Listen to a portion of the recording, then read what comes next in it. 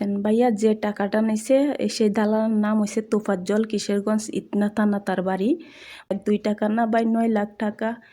মানুষগুলা গরিব মানুষ, কিভাবে বলবো, বিশ্বাস করবেন কিনা জানি না। যদি যাইতেন তাইলে দেখতেন বাড়ি ভিটা ছাড়া কিচ্ছু নাই।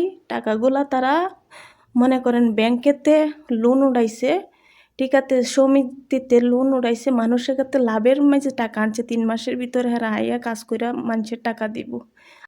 একজন পুরুষ শুধু স্বপ্ন দেখছিল সে প্রবাসে ফাড়ি দিবে, পরিবার মুখে হাসি ফুটাবে, কিন্তু তার স্বপ্নটা স্বপ্নই রয়ে গেছে, সেটা আদৌ পর্যন্ত পূর্ণ হয় নাই। পরিবারের মুখে হাসি ফুটানোটাও তার দ্বারা সম্ভব হয় নাই, শুধু একটা ভুল বিশ্বাসের কারণে। 9 লক্ষ টাকা নিয়ে দালাল পালিয়ে আছে সৌদি আরব রিয়াদ পাতা মার্কেটে। আমার উপরে থাকা পিকচার দেখে লক্ষ্য করুন, এই দালালের বাড়ি হচ্ছে কিশোরগঞ্জ ইটনা।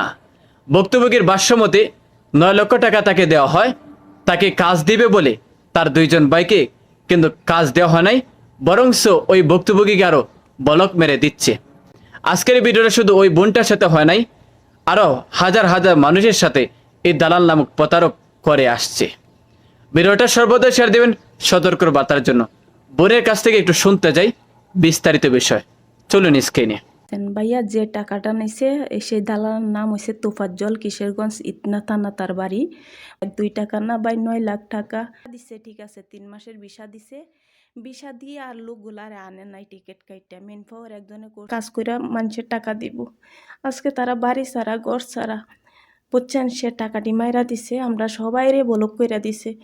আমি আপনার কাছে একটাই অনুরোধ, ভাই গরিব মানুষটিরে যদি বাঁচান আর কি।